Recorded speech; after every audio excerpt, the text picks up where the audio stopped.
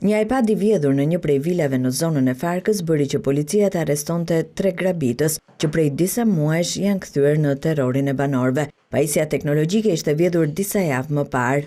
Burime nga policia e Tiranës bëjnë me dije se një nga autorët e vjedhjeve kishte mbajtur për përdorim personal këtë pajisje. Pas denoncimit pronarit, policia vuri nën përgjim iPadin. Pas përgjimit disa javor dhe metodave të tjera speciale të hetimit, policia arriti të dokumentonte veprimtarinë kriminale të Ardian Sutit, Armend Krosit dhe Durim Ramës. Të 3 këta persona u arrestuan ditën e hënë nga efektivët e komisariatit nr. 1.